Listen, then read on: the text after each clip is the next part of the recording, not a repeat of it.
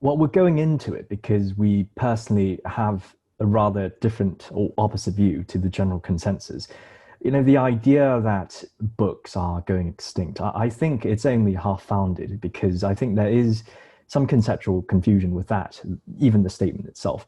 What exactly is a book to you? I had a very interesting interview earlier today where we just talked about this exact issue, but most people, when they think about a book, they think about, for example, a book is essentially how I conceptualize it is paperback book. And certainly, yes, print is going out of fashion if you were to look at it statistically.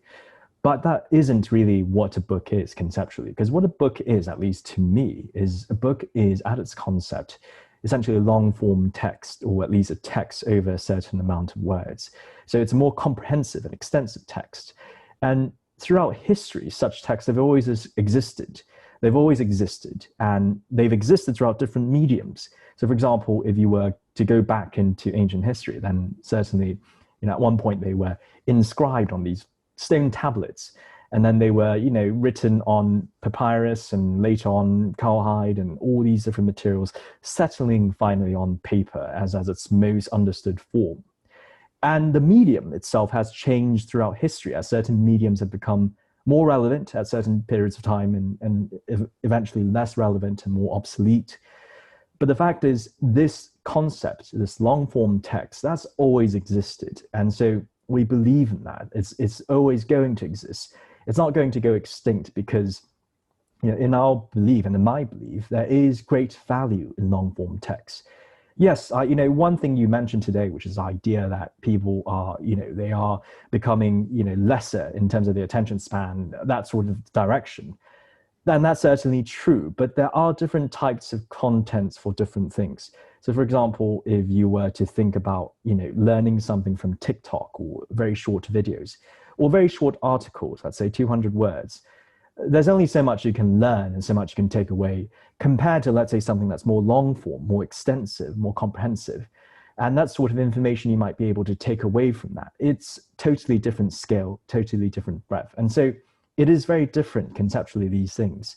But the need and the value of long form text will never go extinct because there's always a need to build a deeper understanding of something, any field of knowledge that you're talking about. So that will always exist. I don't think that will go away anytime soon. And in fact, now more than ever, we do need actually better information delivered in a more extensive way to potentially generate better knowledge and understanding of things. So if we want to take a deeper dive, that's a way to do it. And there's really no better way and other than deliver through that sort of format. But also, there's also something very beautiful about reading books in this conceptual sense I'm talking about, these long form texts.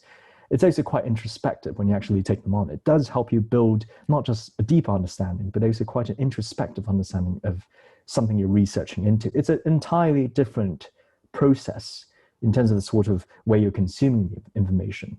And so books themselves, they will always exist in that sense. The medium might change, but the need for books, the value of books, that will never go extinct, at least in our belief. And that's why I think this is really a field that people should really look into as well. We're now living in the midst of essentially easy access to information, but generally information of more of a shorter format.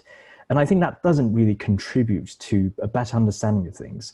When you're actually going through something that's more longer form, when you're actually reading a book, I think the thing that is being developed actively is also a sense of criticality, to have a more comprehensive perspective of things besides the introspection I've just mentioned. And I think that is something that is also quite unique to reading.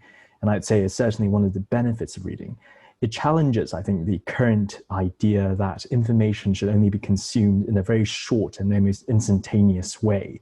No, I think that's not true. I think it is very important to develop a holistic understanding of the sort of information that's being introduced to us so that we have the criticality to actually sort through what is actually information that is beneficial and not information that is frivolous. And that is also a very interesting thing that is worth discussing, that there is really a great need at the moment, I'd say, for longer form text because it does contribute to this sort of understanding. So I think there must be a greater drive for people to engage in longer form content.